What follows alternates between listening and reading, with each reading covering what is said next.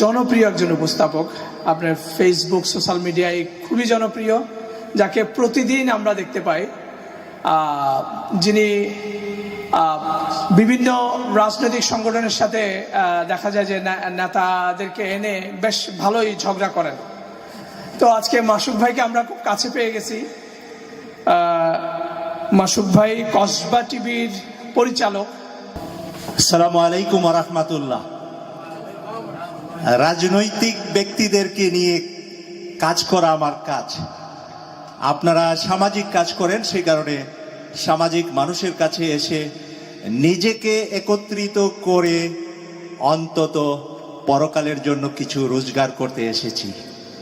কারণ সবসময় তো দুনিয়া নিয়ে ব্যস্ত থাকি, 24 hours 7 day week, last 30 years work hard for in the life and for in the myself, কিন্তু আমরা আখেরাতের জন্য বা পরকালের জন্য সময় দিতে অনেক কৃপণ।